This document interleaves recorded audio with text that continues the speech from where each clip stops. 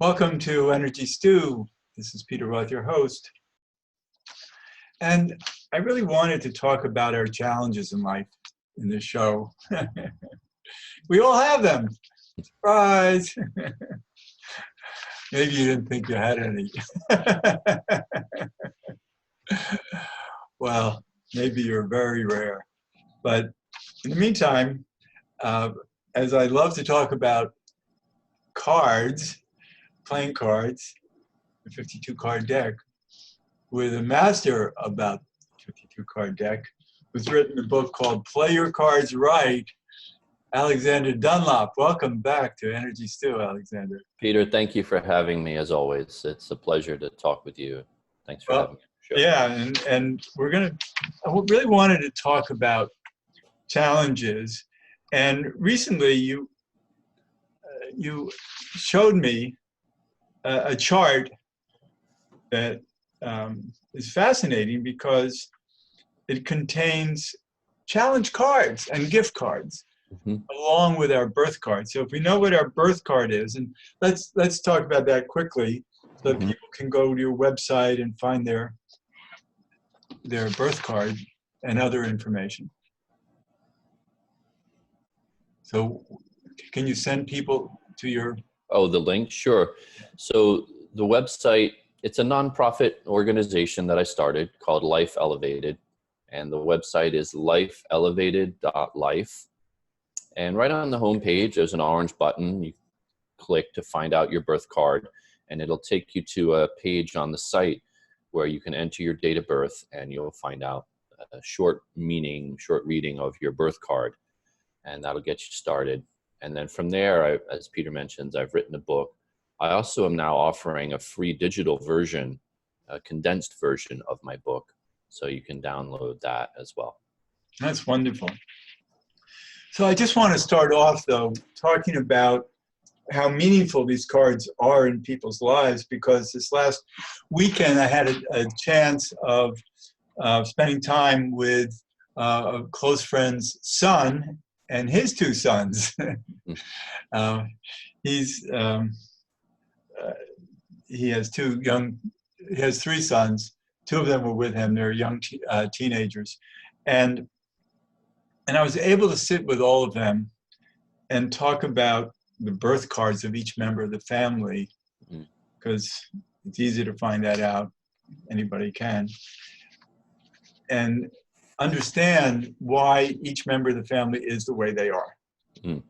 And I do this a lot because it's easy to do. I keep a chart of the cards and the dates on my phone, so I can easily refer to that. And it was remarkable, and it's always remarkable because you have the same experiences with people.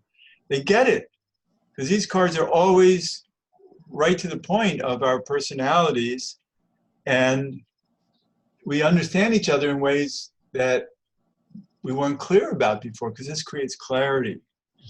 And it was so remarkable to watch this transformation of ahas in these people, that just when we were done, it was like, yeah, now they understand why each of them are the way they are. Of course, there's a lot more to it. It's a good start. It's a good opening lens. It certainly helped me a great deal when I found out just the meaning of my birth card. But then, yes, there's so much more to learn. Right. And it's so wonderful to watch people really become excited about it.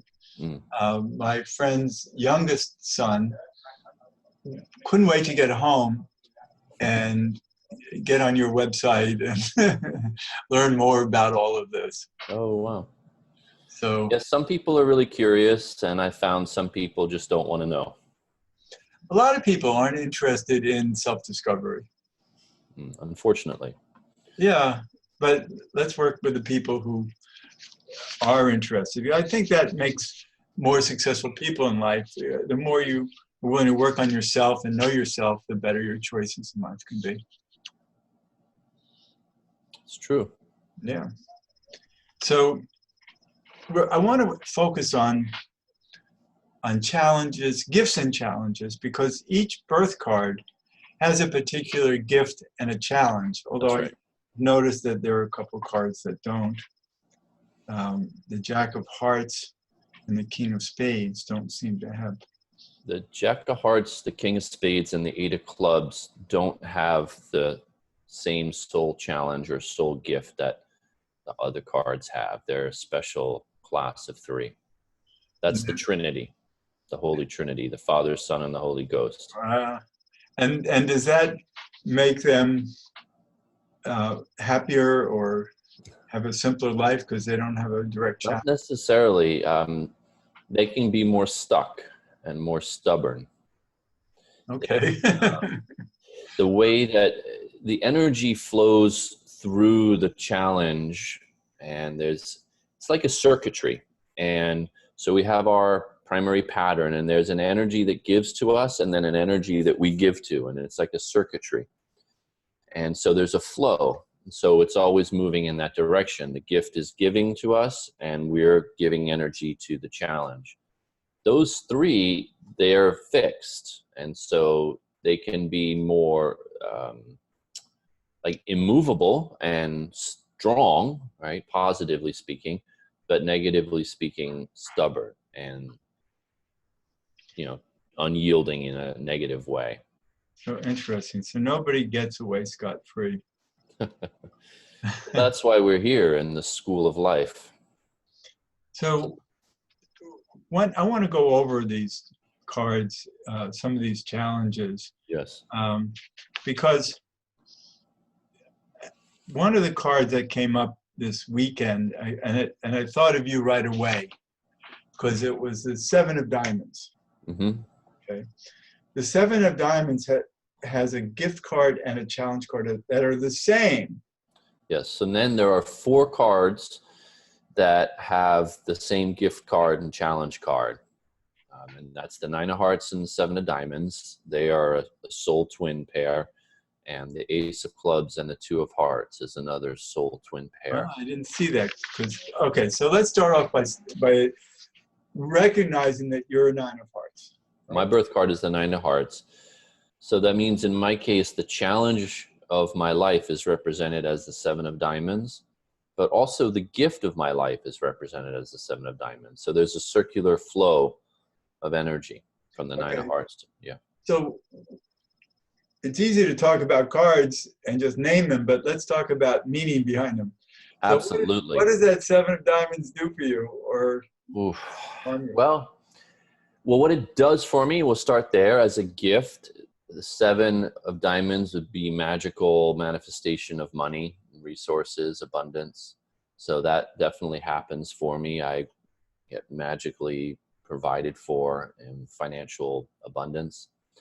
The challenge I find from my Nine of Hearts, when the 7 is flipped down, is I can get easily discouraged that what I'm doing isn't making a difference. So it's a trap.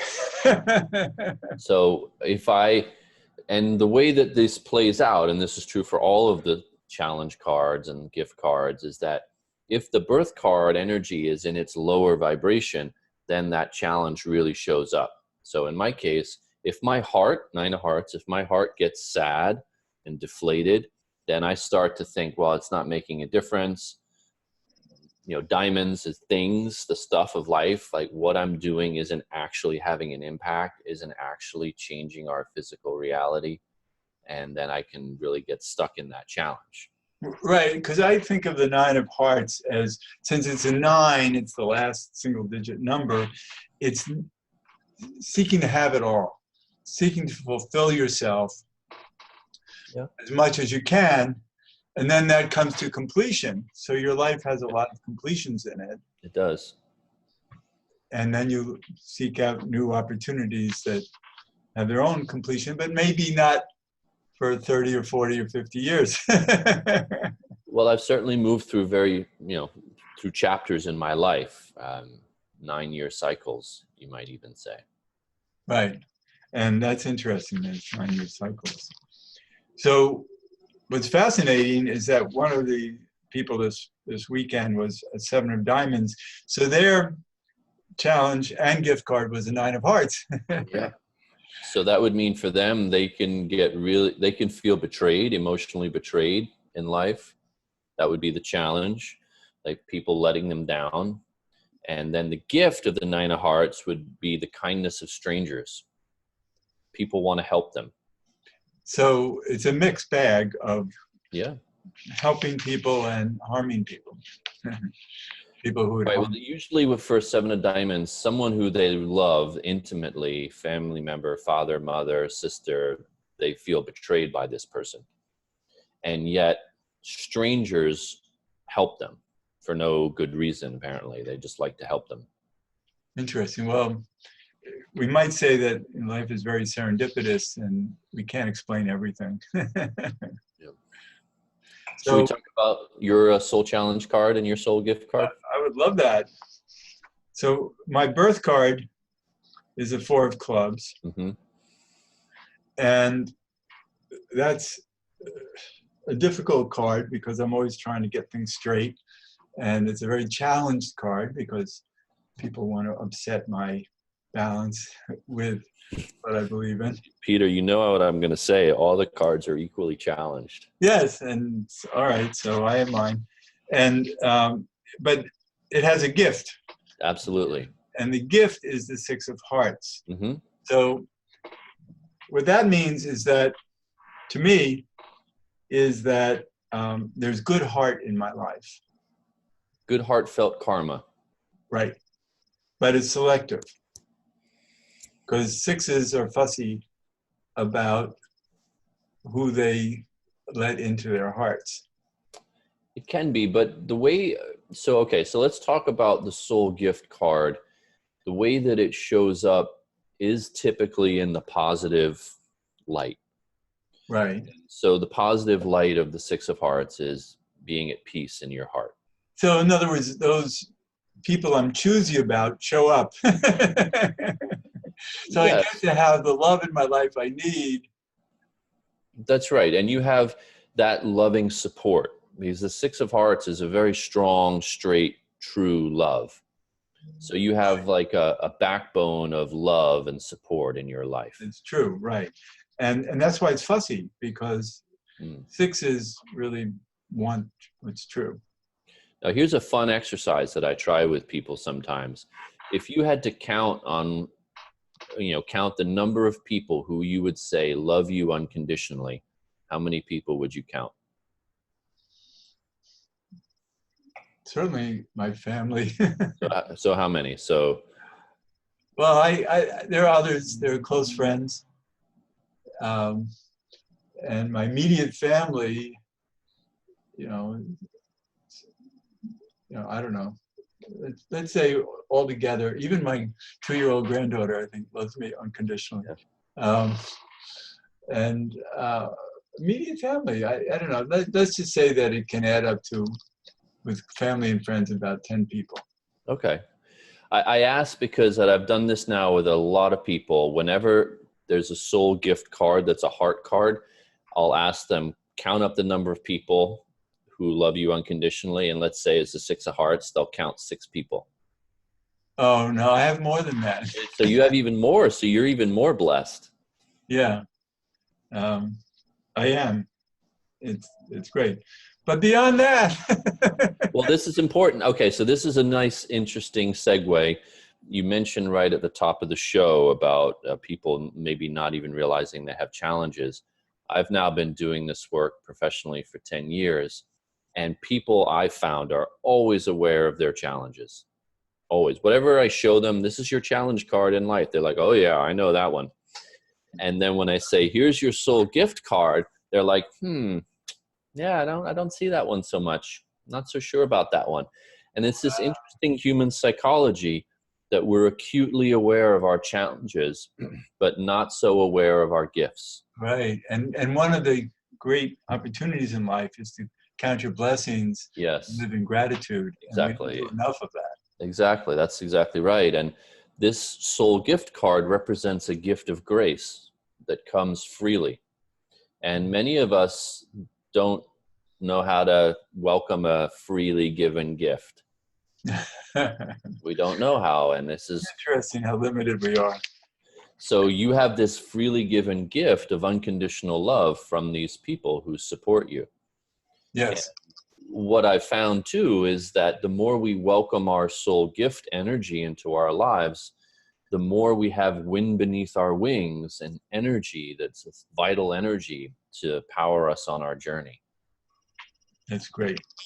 And then let's look at this horrible, terrible challenge card that I have. Which is a fun one. It's the 5 of clubs.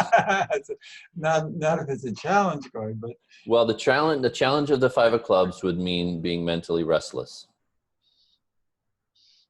more than that. Well, let's start with that. But yes, Yeah. dissatisfied mentally, like you've never learned enough, or there's always more to know, and the Well, I mind looking for more answers. I'll tell you how I interpret it. Please, That because this card has been there all my life, of course. and my early years at least through my early 20s, most people told me I wasn't smart enough. Mm. You know, I was told I shouldn't go to college, not by my parents. Right. They were fine, but teachers. Can you imagine a school telling you, oh, you're not college material? And here you are, a master of knowledge, having interviewed so many smart people and gathered all this wonderful knowledge. right, and it comes from the need, actually, from my childhood, from conditioning of being told I'm not smart. Mm. So that's the 5 of clubs at work, is saying, hey, maybe your thinking isn't up to par. And so my job in life is to challenge my challenge card.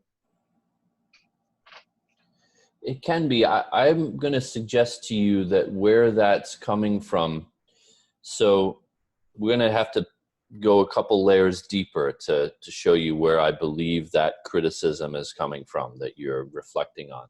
So you know your personality card or your ruling card is the Jack of Spades. Right. And you know that we tend to show up in that and overplay that, and people identify that with us, and so people, that's the way they see us. And that's a tough card to be overplayed. Hold on a second. It is. And what happens is the gift of the Jack of Spades is the 10 of clubs.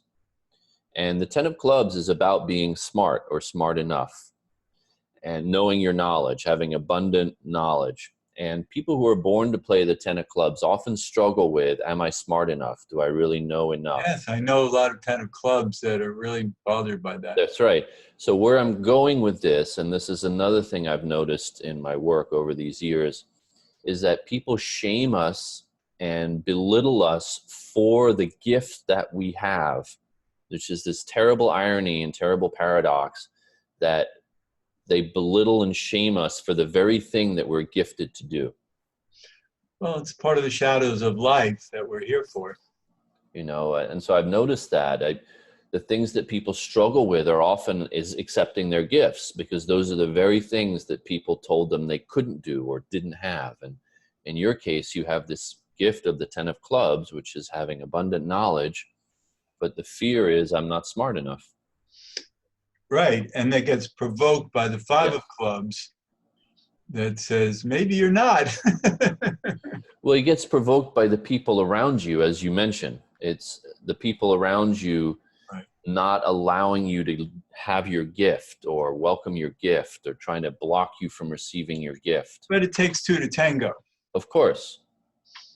So, and the Jack of Spades is an out-of-the-box card. Well, that's right. So it's a wild one to play with anyway, as you mentioned. It's a jack-in-the-box, free spirit. And right, my free spirit has scared people all my life. Yeah. And what happens is when that scares them, their response is you're not smart enough, and that's their way of trying to control that jack. Right. Wow. So this is a deep therapy session for me. So we can do this for every card and everybody. We can. And you do this for a living. I do, and it's fun, and it's interesting that this really simple system It's apparently very simple, and then the moment we peel back layers, we have this wonderful complexity that shows up. Yeah, it's incredible how many cards we're playing that all play a big role. Right. And another card we have is our Pluto card, our shadow card, and that plays a big role in this as well. Well, it does. And what's interesting and sometimes challenging is teasing apart which cards are doing what at what times. Right, and maybe they're all working together. That's right. At our best, it's like a symphony, and all of them are in tune, and we're playing the whole orchestra, and everyone's on the right note and the right tune, and it all sounds good. Well, it's dynamic, and Yes. and fortunately for my wife and I, we got the opportunity to spend last weekend with you and Vicky, and enjoying the country and Beautiful there, yeah. the country. And yet we talked a lot. We couldn't help it. We talked a lot about cards, and it just kept on being so real about the dynamic nature of who we are in our cards. It's not simple. It's dynamic. So you can't just go for a few cards and you say, okay, that takes care of me. We have other cards at play. And we have the last show we did was our synergy cards.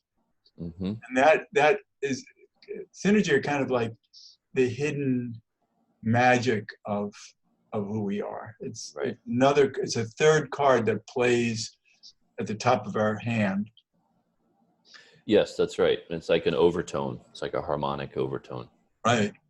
And it also is wonderful for relationships. If you take any two people and you add up the math of the number of what number their card is in the deck, and then with that math you come to a third card in the deck. And that's the kind of overriding theme of their relationship. Yes. And so many people can understand what's the purpose. People want to know, what's the purpose of this relationship? Why am I in it? And this synergy card of the relationship says a lot about it. It's true. Right. So there are many different ways we can utilize this same toolkit. It's almost like there's many different card games we can play with the same cards. It's true. What do we want to focus on? Yeah.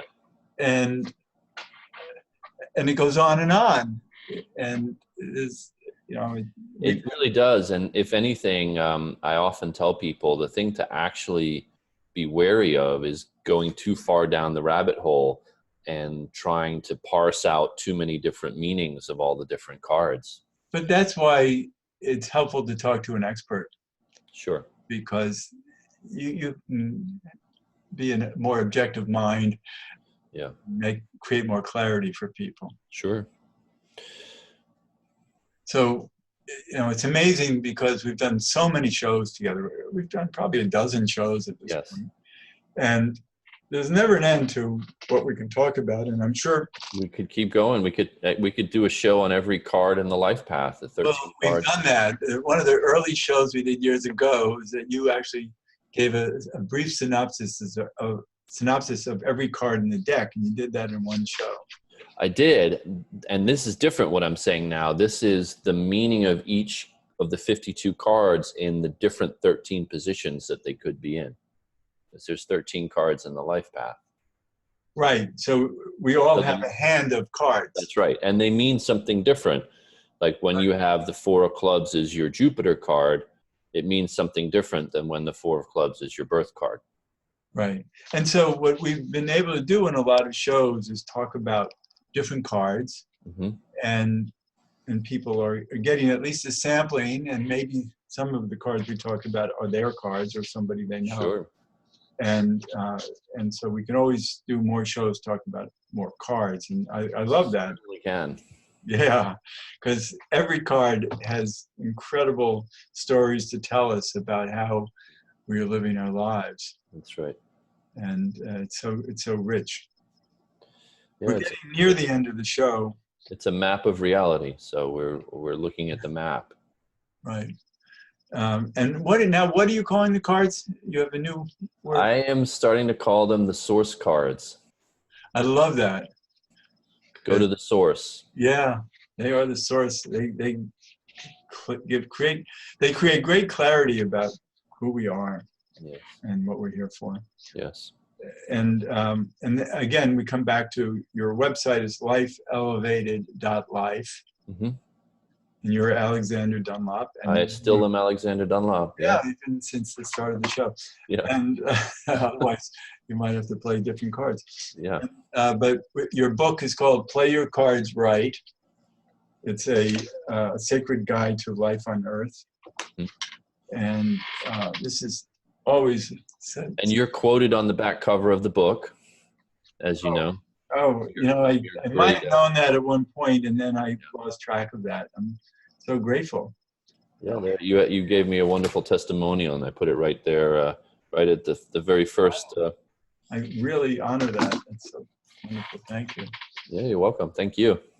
So we'll keep exploring this in future shows, and I'm so glad to speak with you again on Energy Stew. Thank you, Peter. And this is Peter Roth, your host of Energy Stew at prn.fm. I can be reached at peter@heartriver, HEART river.org. I'd love to hear from you, and thanks so much for listening.